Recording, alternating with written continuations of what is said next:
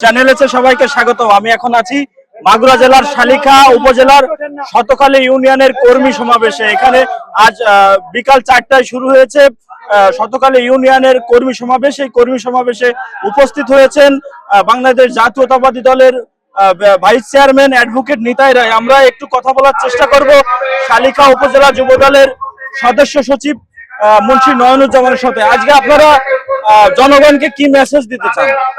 বিসমিল্লাহির রহমানির রহিম।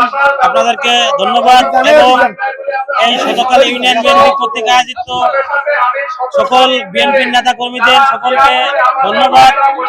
আমাদের একটাই মেসেজ, বিএনপির ভারপ্রাপ্ত চেয়ারম্যান দেশনায়ক তারেক রহমান সাহেবের 31 দফা বাস্তবায়ন এবং আগামী যে সংসদ নির্বাচন আসতেছে 26 সালের ফেব্রুয়ারিতে আমাদের ধানের শীষের প্রার্থী অ্যাডভোকেট নিতাই রায় চৌধুরীকে জয়লাভ করার জন্য আমাদের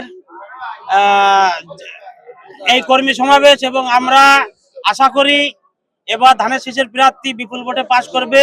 এই শালিখা উপজেলার মাটি বিএনপির ধানের শীষের ঘাঁটি, শালিখা উপজেলার মাটি বিএনপির ভাইস চেয়ারম্যান নিতাই রায় চৌধুরীর ঘাঁটি। আমরা আশা করতেছি এবার ধানের শীষ বিপুল ভোটে জয়লাভ করবে।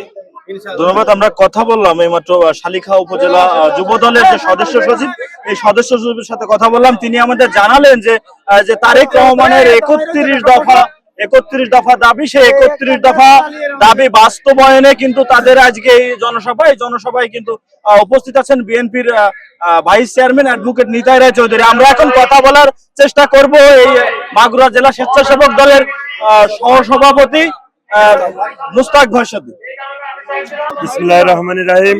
শতকালী ইউনিয়ন বিএনপির আজকের এই কর্মী সমাবেশ থেকে আমরা এই অঞ্চলের শান্তিপ্রিয় জনগণকে এই বার্তা দিতে চাই যে আগামীতে বাংলাদেশে জনগণের ভোটে তারেক রহমানের সরকার গঠিত হলে আমাদের নেতা নিতাই রায় চৌধুরী এই জায়গার এমপি এবং মন্ত্রী হবেন।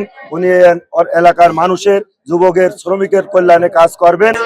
ধন্যবাদ। শুনলেন যে এই মাগুরা জেলা স্বেচ্ছাসেবক দলের সহসভাপতি, তিনি আমাদের জানালেন কিন্তু এই কর্মী সমাবেশ থেকে তারা মেসেজ দিতে চাই যে গণতান্ত্রিক প্রক্রিয়ার মাধ্যমে বাংলাদেশে একটি সুষ্ঠু নির্বাচন অনুষ্ঠিত হবে, সেই নির্বাচনে গণতান্ত্রিক প্রক্রিয়া অব্যাহত থাকবে। তিনি কিন্তু জানালেন। আমরা কথা বলার চেষ্টা করব শালিখা উপজেলা কৃষক দলের আহ্বায়ক ইলিয়াসের সঙ্গে। আপনি বলবেন যে আমাদের শতকালী 4 নম্বর শতকালী ইউনিয়ন কর্মী সমাবেশে এই শতকালী 4 নম্বর শতকালী ইউনিয়ন ধানের শীষের ঘাঁটি তারেক জিয়ার মনোবলের ঘাঁটি করে বলতে চাই, আপনারা ভালো হয়ে যান, দলের সাথে গাদ্দারি করেন না, দল আপনাকে ছাড়বে না, দলের গতিতে চলবে, দলের মানুষের মানসিকতা নিয়ে চিন্তা ভাবনা করেন, ধানের শীষকে নিয়ে চিন্তা ভাবনা করেন, জনাব তারেক রহমানের হাতকে শক্তিশালী করার চিন্তা ভাবনা।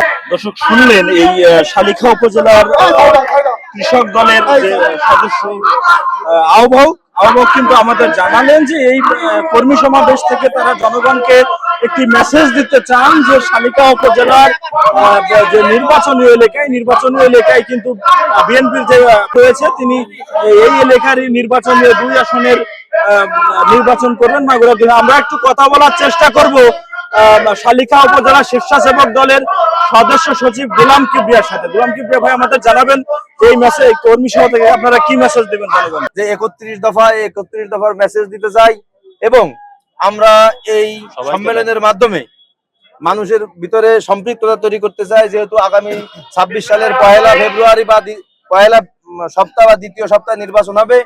এই নির্বাচনে মানুষকে উদ্বুদ্ধ করা, ধানের শীষের পক্ষে মানুষকে জড়ো করা এবং মানুষের এই ভোটের মাধ্যমে আগামীতে দেশনায়ক তারেক রহমানের নেতৃত্বে বিএনপিকে জয়লাভ করানোই এই বার্তা দিতেই আজকে আমাদের এই কর্মী সম্মেলন।